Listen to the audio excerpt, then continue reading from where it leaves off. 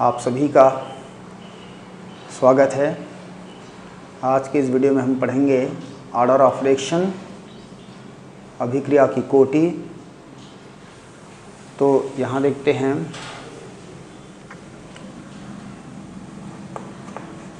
Order of reaction. इसको पढ़ने से पहले हम अपनी पूर्व ज्ञान को थोड़ा दोहरा लें।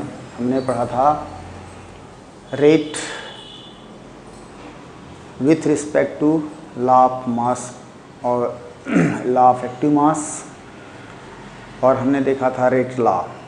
इन दोनों में हमने पाया था कि जो लॉ ऑफ मास एक्शन के अकॉर्डिंग जो रेट लिखी जाती है वह रिएक्टेंट की टोटल कंसंट्रेशन पर डिपेंड करता है, जबकि रेट लॉ में जो रेट होता है रिएक्शन का वो रिएक्टेंट की एक्चुअल कंसंट्रेशन पर डिपेंड करता है।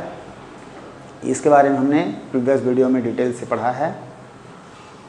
तो आज हम देखेंगे ऑर्डर ऑफ रिएक्शन। इसको हम समझने के लिए एक हाइपोथेटिकल रिएक्शन लेते हैं। हो जाएगा A plus B plus C is equal to product. इसमें हम समझ लें small A, small B, small C ये स्टोइचियोमेट्रिक कोफिशिएंट है, क्रमशः अभिकारक ए, अभिकारक बी, अभिकारक सी। या यूँ कह दूँ कि जो कैपिटल लेटर्स हैं वो अभिकारक मीन्स रिएक्टेंट को दिखा रहे हैं, और उनके सामने में जो स्मॉल लेटर्स हैं वो उस रिएक्टेंट्स की नंबर ऑफ मोल्स और स्टोइचियोमेट्रिक कोफिशिएंट को दिखा रहा है। अब अगर हम इसकी दर लिखते हैं रेट विथ रिस्पेक्ट टू या according to law of mass action, according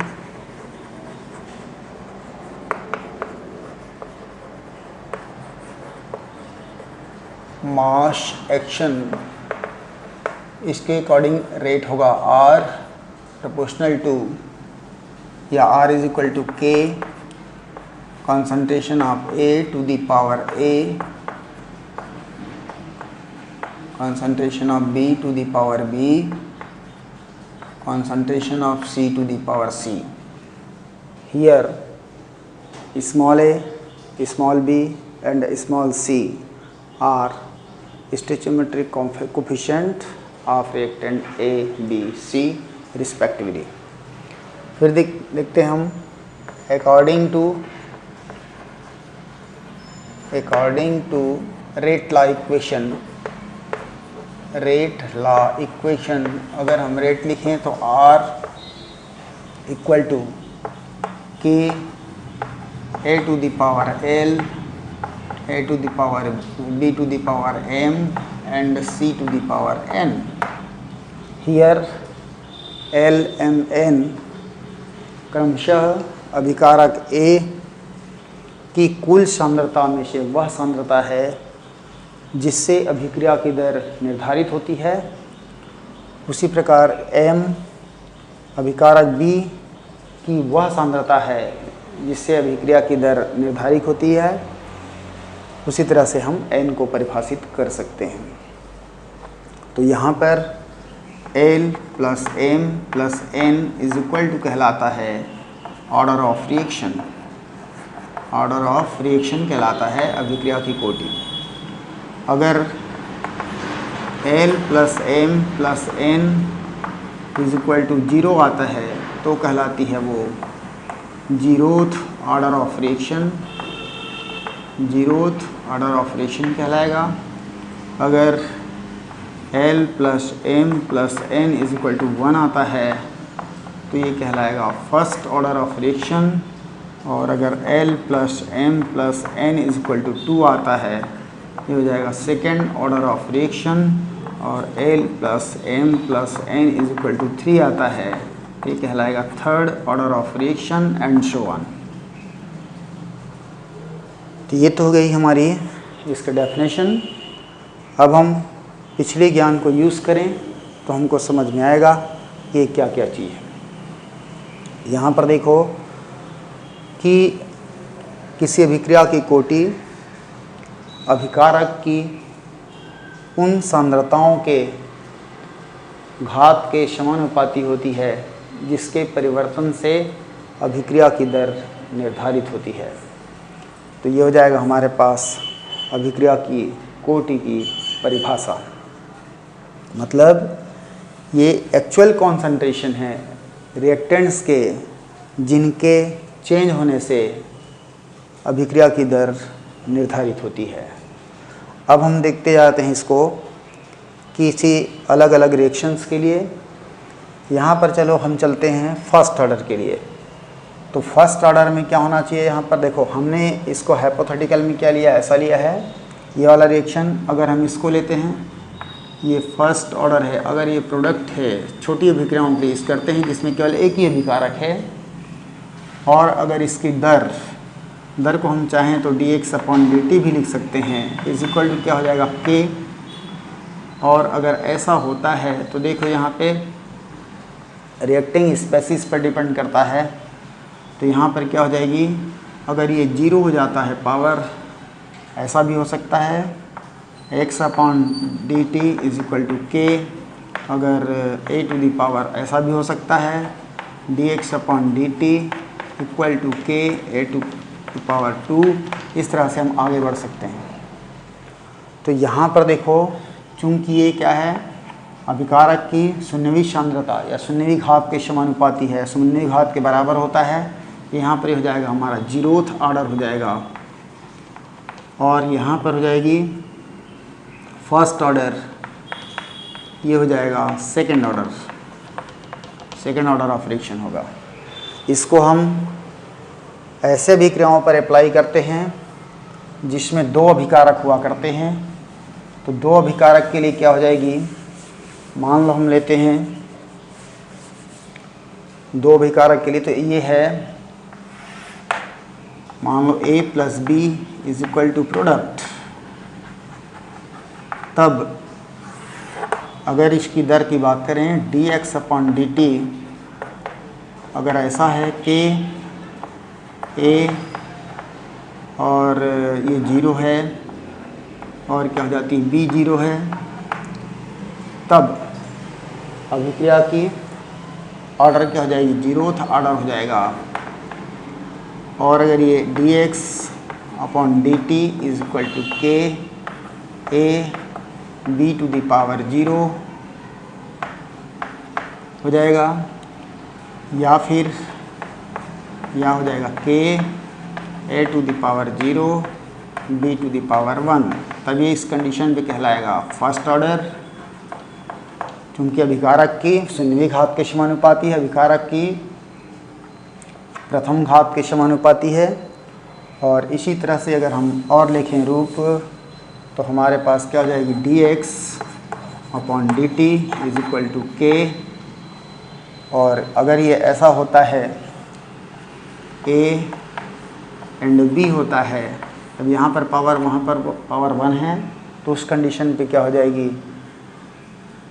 और दूसरा k a का square and b to the power 0 लेते हैं, तो क्या हो जाएगी, तीसरा लेते हैं a to the power 0 and b to the power 2।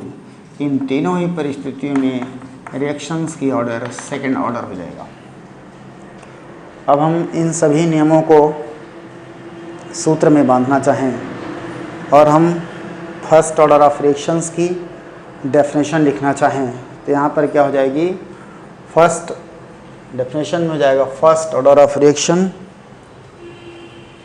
First order of reaction में ये कहता है परिभाषा कि किसी अभिक्रिया की दर अभिकारक के प्रथम घात के समानुपाती होती है, अभिकारक की सांद्रता के समानुपाती होती है। मतलब दर समानुपाती होगा अभिकारक की सांद्रता के समानुपाती होता है। अगर हम इस अभिक्रिया पर अप्लाई करें, ये प्रोडक्ट हो जाएगी, तब हमारे पास क्या आएगा, dx/dt हो जाएगा प्रोपोर्शनल टू क्या हो जाएगी, कॉन्सेंट्रेशन, क्योंकि यहाँ पर ए है तो ए की कॉन्सेंट्रेशन के समानुपाती हो जाएगा, और इसलिए यह क्या कहलाएगी, प्रथम कोटि अभिक्रिया कहलाएगा। और अगर इसको ऐसा लिखते हैं, dt = k लिखते हैं, यहाँ पर क्या हो जाएगी, k समानुपाती नियतांक है, दर नियतांक है, और ये कहलाएगी प्रथम कोटि अभिक्रिया की दर स्थिरांक कहलाएगा।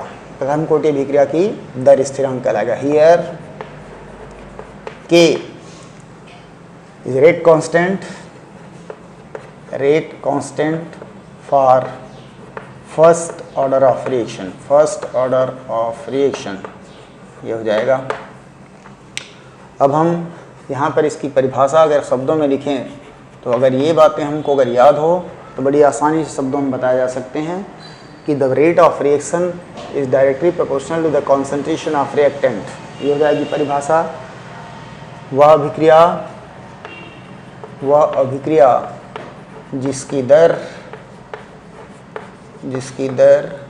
अभिकारक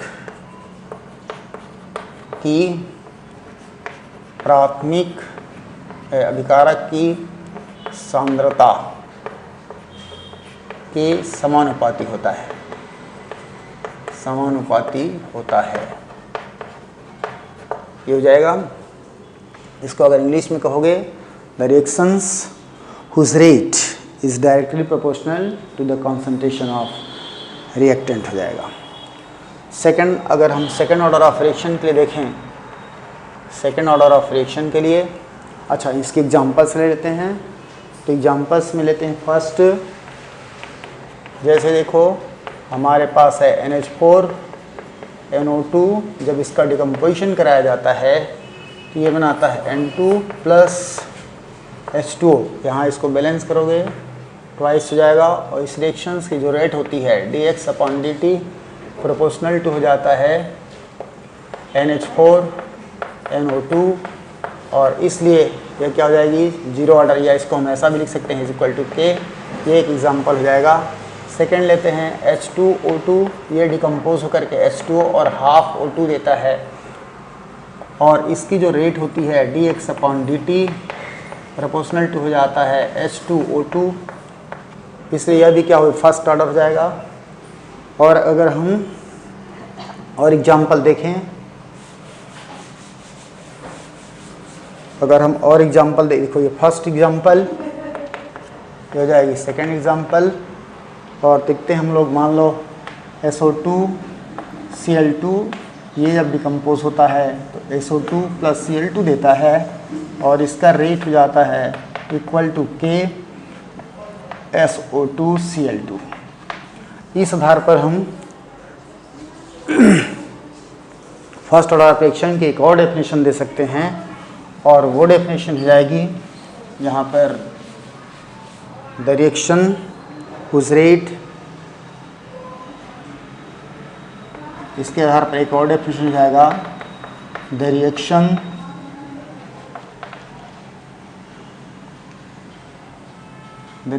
whose rate is depends on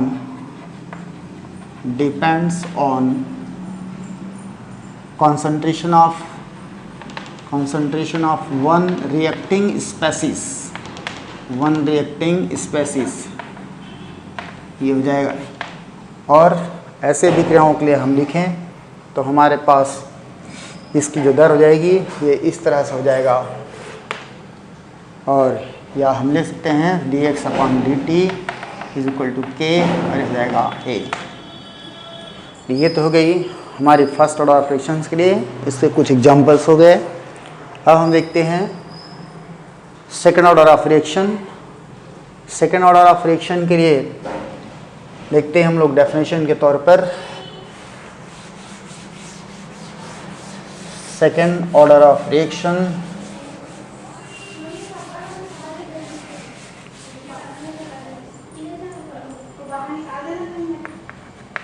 second order of reaction, चूँकि हमने देखा है कि वह अभिक्रिया जिसकी दर अभिकारक की सांद्रता के वर्ग के समानुपाती होता है, यहाँ पर क्या हो जाएगी, A2 प्रोडक्ट अगर लिखते हैं तो इसकी जो दर हो जाएगी समानुपाती हो जाएगा A⁴ अर्थात कॉन्सेंट्रेशन के स्क्वायर के समानुपाती होती है। तो यहाँ से अगर इसकी हम डेफिनेशन लिखें तो हो जाएगा वह अभिक्रिया जिसकी दर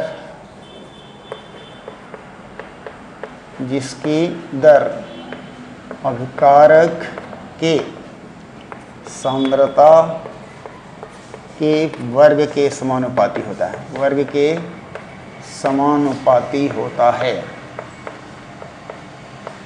ये हो जाएगा।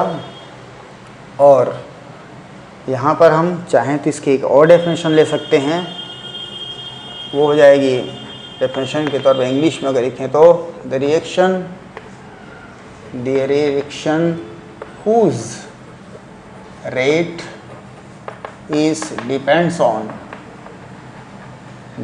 on concentration of two reacting species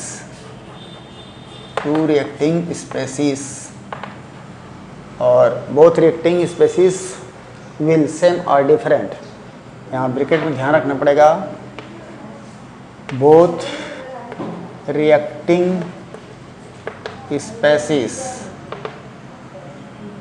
species में इक्वल और different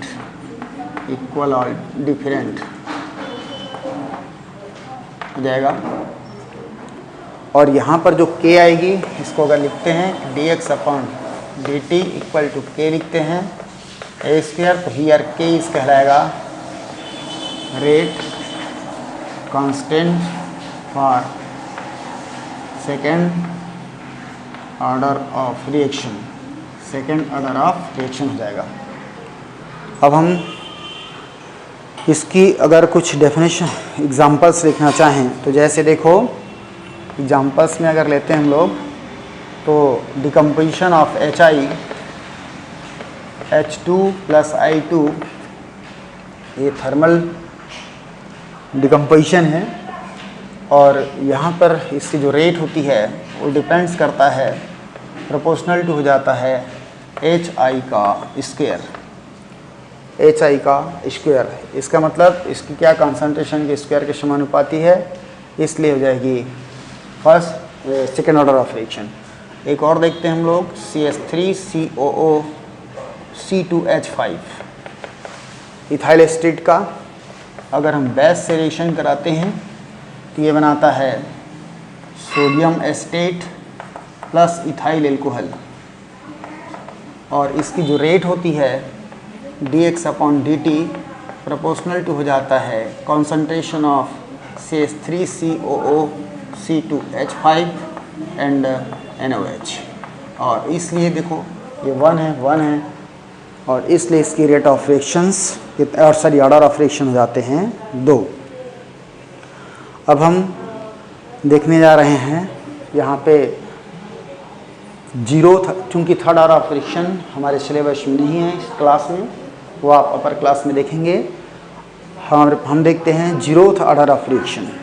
next we will see about 0th order of reaction. 0th order of reaction में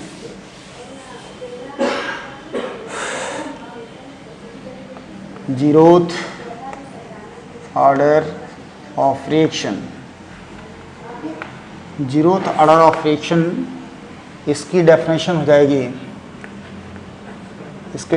जाएगा द रिएक्शन या दोज रिएक्शंस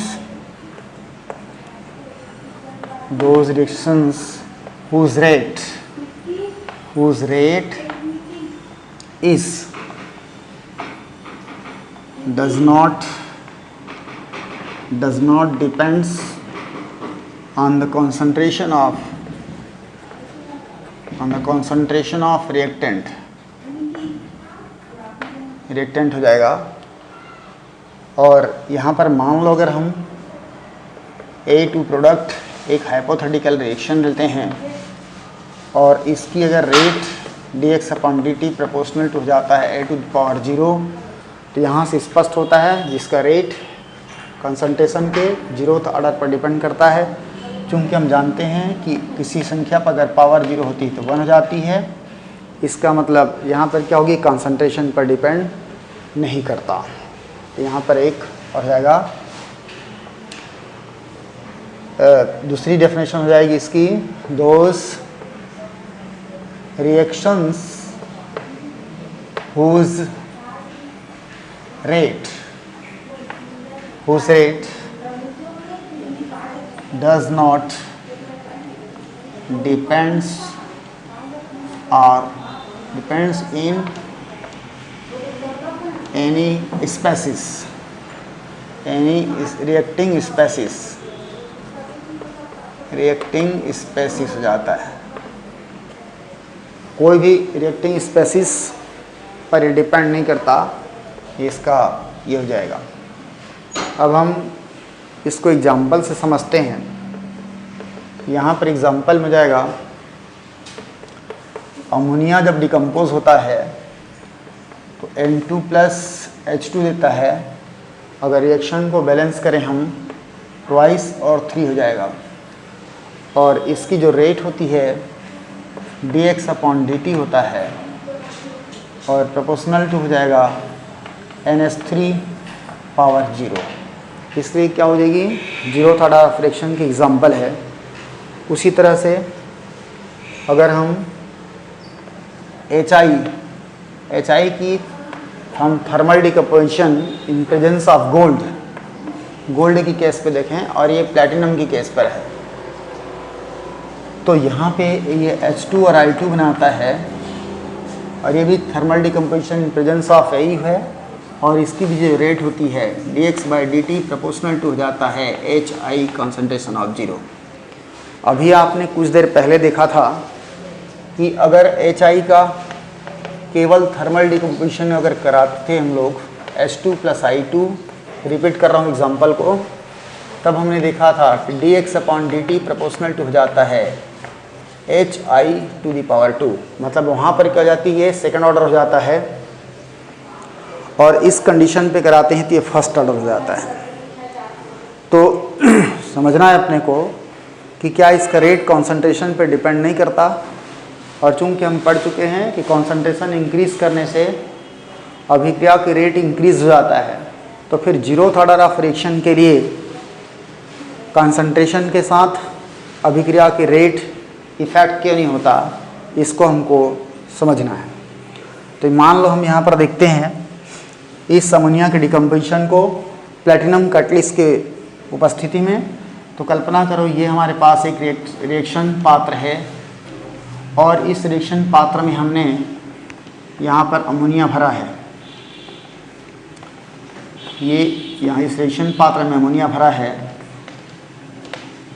और जब इस पर कोई भी उत्प्रेरक नहीं होती, तब NH3 के मॉलिक्यूल्स पूरी with in the reaction chamber, reaction part, वो क्या करते रहते हैं, वो घूमते फिरते रहते हैं, मोशन करते रहते हैं। लेकिन जब इसी रिएक्शन को अगर हम प्लैटिनम, ये मान लो अगर प्लैटिनम है, प्लैटिनम का कैटलिस्ट है, तब हम पाते हैं कि अगर इसमें डुबा देते हैं तो पूरी प्लैटिनम की सरफेस पर ये NH3 के जो मॉलिक्यूल होते हैं वो एड्जॉर्ब हो जाते हैं, और पूरी क्या कर देता है, प्लैटिनम की सरफेस को सैचुरेटेड कर देता है। प्लैटिनम की surface platinum surface is saturated by ammonia molecule। Ammonia molecule से क्या हो जाता है, सैचुरेटेड हो जाता है। इसके बाद जब इस पर फिर से अगर हम NH3 डालते हैं, तो चूंकि प्लैटिनम की सरफेस सैचुरेटेड हो गया है, इसलिए इधर बाहर से कंसंट्रेशन बढ़ाने अथवा बाहर से कंसंट्रेशन घटाने, दोनों ही परिस्थितियों में इस प्लैटिनम की सरफेस को कोई फ़र्क नहीं पड़ता, और इसलिए इसकी रेट कंसंट्रेशन बढ़ाने अथवा घटाने से प्रभावित नहीं होता, और इसलिए इस रिएक्शंस की रेट को हम कहते हैं कि कंसंट्रेशन पर डिपेंड नहीं करता, और ये कहलाता है जीरोथ ऑर्डर ऑफ रिएक्शन कहलाता है, जीरोथ ऑर्डर ऑफ रिएक्शन कहलाता है।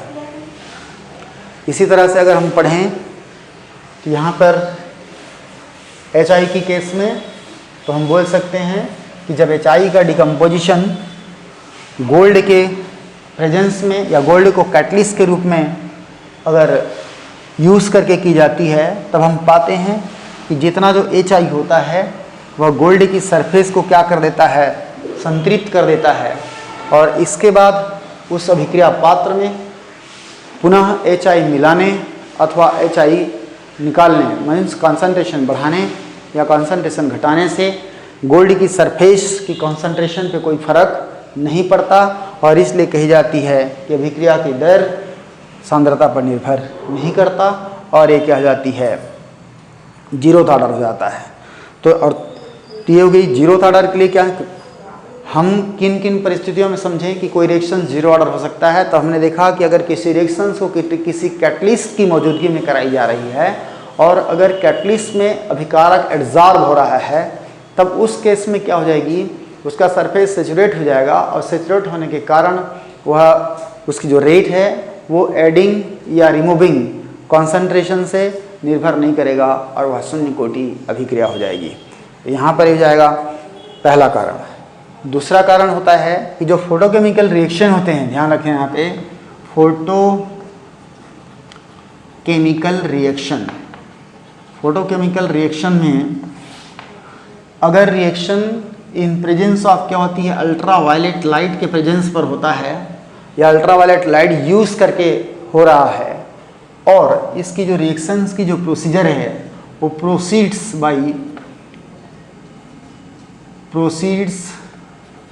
बाई फ्री रेडिकल्स, अगर फ्री रेडिकल के थ्रू इसका मैकेनिज्म चल रहा है, तब वह रिएक्शन की ऑर्डर भी क्या होती है, जीरो होती है। तो मैं आपको ध्यान दिलाना चाहूँगा फिर से कि जो जीरोथ ऑर्डर ऑफ रिएक्शन कई बार हमारे एग्जाम्स में पूछता है कि निम्न में से कौन जीरोथ ऑर्डर ऑफ रिएक्शन है, तो वहाँ पर आप उस रिएक्शन को बारीकी से देखेंगे और देख करके देखेंगे किन किन रिएक्शनों में कैटलिस्ट है, और कैटलिस्ट होगी तो वहाँ पर याद रखना कि अगर वो रिएक्शन गैसियस है, जैसे यहाँ पर अमोनिया क्या थी, गैसियस थी, और ये भी क्या था, गैसियस था, तो उस केस में क्या हो जाएगी, चाहे लिक्विड होगा वो, दोनों परिस्थितियों में अगर एडसॉर्प्शन की फिनोमेना होगी तो कैटलिस्ट का सरफेस अभिकारक से संतृप्त हो जाएगा, और संतृप्त अगर हो जाती है तो निश्चित रूप से अभिक्रिया क्या हो जाएगी, शून्य कोटि हो जाएगी। साथ ही साथ अगर हम फोटोकेमिकल रिएक्शंस की बात करें, प्रकाश रासायनिक अभिक्रियाओं की बात करें, तो प्रकाश रासायनिक अभिक्रियाएं अगर ये अल्ट्रावायलेट के थ्रू चलती है, वैसे तो ऑल फोटोकेमिकल रिएक्शंस प्रोसीड होते हैं अल्ट्रावायलेट लाइट्स के थ्रू, लेकिन वहाँ पर जो उसकी मैकेनिज्म होती है वो हमेशा फ्री रेडिकल नहीं होती। मोस्ट ऑफ द रिएक्शंस में क्या होता है, फ्री रेडिकल होता है। तो जिस रिएक्शंस की प्रोसीजर या मैकेनिज्म फ्री रेडिकल के थ्रू चलती है, वह रिएक्शंस भी क्या होता है, जीरोथ ऑर्डर ऑफ रिएक्शन हुआ करता है। ये तो हो गई हमारा ऑर्डर ऑफ रिएक्शंस।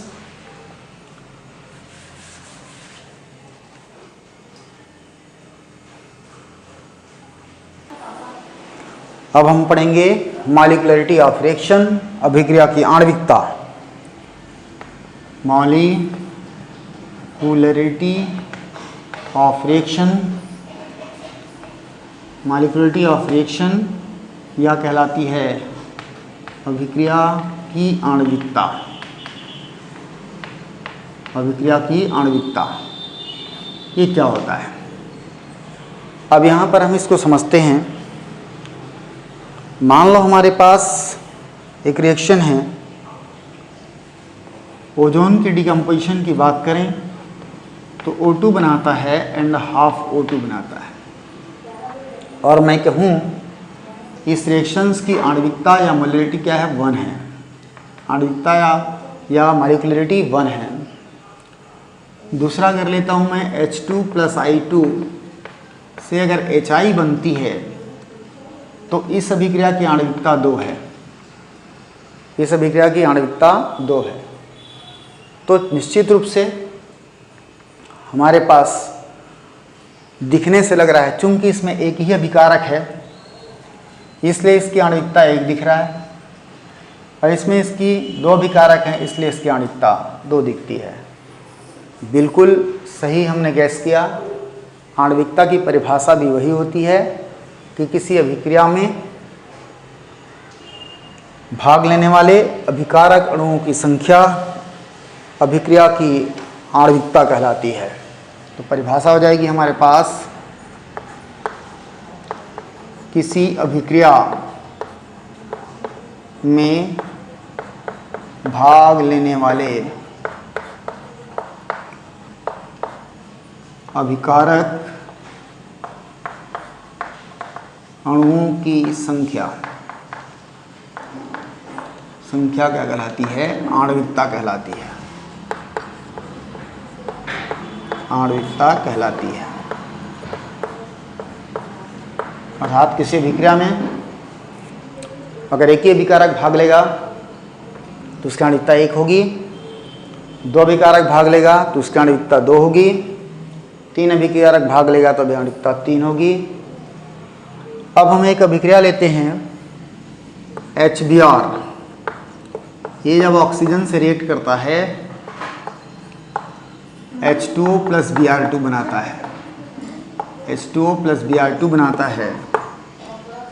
अब हम पूछें तो इस अभिक्रिया की आणविकता कितनी होगी, तब उस परिस्थिति में आ रहा है, देखो यहाँ पर 4 अभिकारक ये हैं, 1 अभिकारक ये है, इसलिए 4-1 बराबर क्या होगी? अभिक्रिया की आणविकता 5 होना चाहिए, 5 होना चाहिए, जबकि इसकी आणविकता होती है 2, 5 नहीं होती, होती है 2। तब सामान्य से प्रश्न आई हमारे पास कि क्या आणविकता की यह परिभाषा गलत है? तब यहाँ पर हम देखते हैं, चूंकि ये अभिक्रियाएं एलिमेंट्री रिएक्शन हैं, सामान्य अभिक्रियाएं हैं, एक स्टेप पर होने वाली रिएक्शंस, इसको हमने पिछले वीडियो में देखा है। जो रिएक्शंस कंप्लीट होता है सिंगल स्टेप में वो एलिमेंट्री रिएक्शन कहलाता है, सिंपल रिएक्शन कहलाता है, और जो रिएक्शन मल्टीपल स्टेप में चलते हैं वो कॉम्प्लेक्स रिएक्शन कहलाते हैं। तो यहाँ पर कॉम्प्लेक्स रिएक्शन को देखें तो कॉम्प्लेक्स रिएक्शन पर फिर 5 होना चाहिए, जबकि इसका होता है 2। तो इसको हम एक्सप्लेन करते हैं। देखो क्या होता है, ये रिएक्शन मल्टीपल स्टेप पर होता है। फर्स्ट स्टेप में HBr ऑक्सीजन से रिएक्ट करके HOOBr बनाता है। अगले स्टेप में HOOBr HBr से रिएक्ट करके ट्वाइस HOBr बनाता है, और अगले स्टेप में HOBr फिर से HBr से रिएक्शन करता है और H2O प्लस Br2 बनाता है। अब अगर इन रिएक्शन को जोड़ें यहाँ से, तो ये इससे कैंसिल, इससे ये कैंसिल हो जाएगा, जोड़ने पर आए 1 2 और 2 4 माने 4 HBr हो गया, प्लस क्या हो गई देखो O2, और ये मिला अपने को twice H2O plus twice Br2, मतलब ये रिएक्शंस ये मिल गया अपने को। और हमने पिछली वीडियो में पढ़ा है कि जो रिएक्शन मल्टीपल स्टेप पे होते हैं, मीन्स कॉम्प्लेक्स रिएक्शन होते हैं, उसका जो फर्स्ट स्टेप होता है वो रेट डिटरमाइनिंग स्टेप होता है, दर निर्धारक पद होता है। दर निर्धारक पद मैंने पिछली वीडियो में इसको बताया है।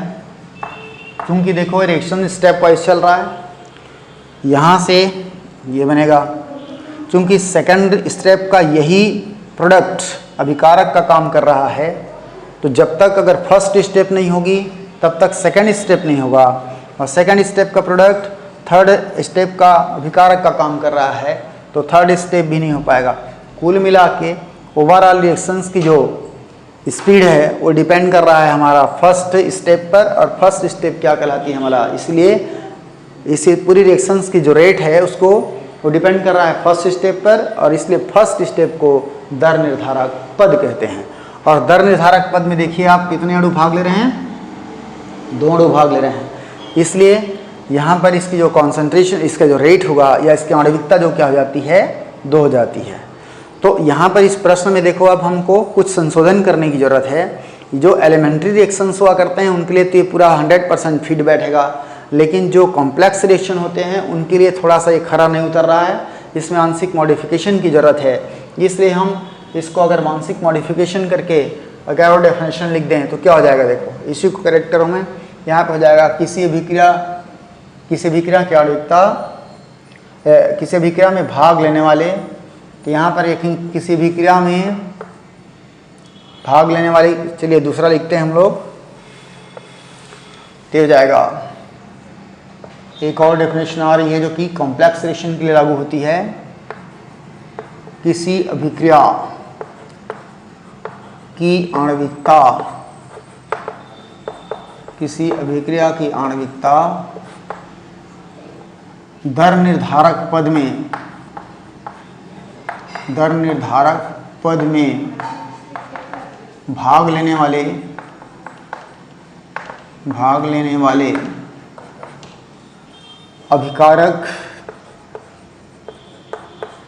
अभिकारक अणुओं की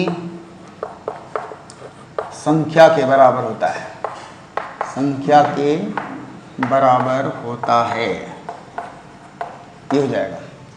तो देखो यहाँ पर चूंकि इसी रिएक्शंस, देखो मैं भी अलग अलग करके बताया आपको, ये क्या एलिमेंट्री रिएक्शंस के लिए है, ये कॉम्प्लेक्स रिएक्शन के लिए है, लेकिन हम कॉम्प्लेक्स रिएक्शंस को भी एलिमेंट्री रिएक्शन पर पुटअप कर सकते हैं। कैसे? चूंकि यहाँ पर दर निर्धारक पद में बदल रहा है और जो एलिमेंट्री रिएक्शंस होते हैं वो सिंगल स्टेप में कंप्लीट होते हैं और सिंगल स्टेप ही क्या होगा, दर निर्धारक पद होगा। और इसीलिए देखो यहाँ पर एक स्टेप में हो रहा है, यही तो दर निर्धारक पद होगा। और इसमें कितने अणु भाग ले रहे हैं, 1। इसलिए इस परिभाषा से भी आणविकता 1 आ रही है, इस परिभाषा से भी आणविकता 1 आ रही है। तो हम कॉम्प्लेक्स रिएक्शन के लिए जो डेफिनेशन बताया उसको हम एलिमेंट्री रिएक्शंस पर भी अप्लाई कर सकते हैं। अब हम कुछ न्यूमेरिकल्स देखते हैं अबाउट ऑर्डर ऑफ रिएक्शन, जो कि हमारी एनुअल एग्जाम में आती है। मान लो हमारे पास एक रिएक्शन है, क्वेश्चन के तौर पर, और जिसके रेट R प्रोपोर्शनल टू दिखाता है A to the power 0 and B to the power 1। अब बताएंगे आप इस अभिक्रिया की कोटि कितनी होगी। तो देखो यहाँ पे कोटि क्या होती है, दर नियम में अभिकारक की सांद्रताओं के ऊपर लगाए गए घातों का योग होता है। हमने पढ़ा है सांद्रताओं के ऊपर लगाए गए घातों का योग होता है। यहाँ देख लेते हैं हम लोग परिभाषा के रूप में, अभिक्रिया की कोटि दर नियम में अभिकारक की सांद्रता के ऊपर लगाए गए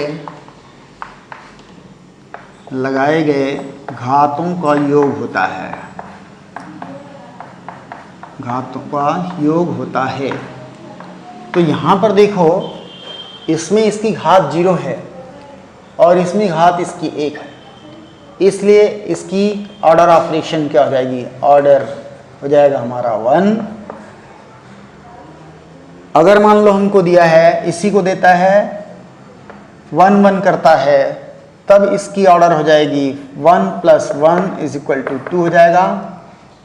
और अगर इसी को हमको 2 + 1 करता है, तो इसकी ऑर्डर हो जाएगी 2 + 1 = 3। ऑर्डर क्या हो जाएगी, 3 हो जाएगा। अगर हमको इसी को देता है 3/2 एंड हाफ देता है, तो इनकी पावर को जब जोड़ेंगे तो 3/2 + हाफ जोड़ेंगे, 2 एलसीएम आएगा, 3 + 4 मीन्स 4/2 = 2, अर्थात उसकी ऑर्डर क्या हो जाएगी, 2 हो जाएगा। इसी तरह से अगर मान लो किसी को हमको दिया है, यहाँ पे 2 दिया है और यहाँ 3/2 दिया है, उस कंडीशन में इसकी का ऑर्डर निकालने के लिए बोलता है। तो 2 + 3/2 यहाँ हो जाएगा 2 और ये हो जाएगा 2 + सॉरी यहाँ 4 हो जाएगा, 4 plus 3 is equal to 7/2 is equal to 3.5 हो जाएगा। ऑर्डर क्या हो जाएगी, 3.5 हो जाएगा। इसी तरह से अगर मान लो हमको ऐसा दिया हुआ है, यहाँ दिया है 2 और यहाँ दिया है -12, तब उस केस पर 2 -12 यहाँ जब सॉल्व करेंगे 2 हो जाएगा, ये 4 - 1 is equal to 3/2 is equal to 1.5। इसकी ऑर्डर क्या हो जाएगी, 1.5 हो जाएगा। मान लो हमको एक अभिक्रिया ऐसा दिया हुआ है जिसकी रेट दिखा रहा है A है, B है और ये C है। यहाँ 0 दिखाता है, यहाँ हाफ दिखाता है, यहाँ हाफ दिखाता है, और हमको ऑर्डर ऑफ फ्रैक्शन पूछता है। तो देखो यहाँ हाफ हो जाएगा, प्लस 0 हो जाएगा, प्लस हाफ हो जाएगा, जब जोड़ेंगे तो 1 आएगा, तो इसकी ऑर्डर क्या हो जाएगी, 1 हो जाएगा। और इस केस पर अगर मान लो हम दूसरा बोलते हैं, यहाँ पे अगर 1 दिया हुआ है 1, अब इसकी ऑर्डर निकालने के लिए बोलता है, तो half plus 1 is equal to क्या हो जाएगा, 2 आ जाएगा ऑर्डर ऑफ फ्रैक्शन। और इसी के बेस पर अगर मान लो हमको देता है यहाँ पे 3/2 दिया हुआ है और ऑर्डर निकालने के लिए बोलता है, तो ये हो जाएगा हाफ प्लस 1 प्लस 3/2। यहाँ आप ऐसा कर सकते हैं, जब एलसीएम निकालोगे 2 आएगा, यहाँ 1 आएगा, यहाँ 2 आएगा, यहाँ क्या आएगा, 3 आएगा। 6/2 इज इक्वल टू क्या हो जाएगी, 3 ऑर्डर ऑफ फ्रैक्शन। इस तरह से हम किसी भी रिएक्शंस के लिए ऑर्डर ऑफ फ्रैक्शन डिटरमाइन कर सकते हैं। तो आज के वीडियो में इतना ही। पढ़ते रहिए, आगे बढ़ते रहिए।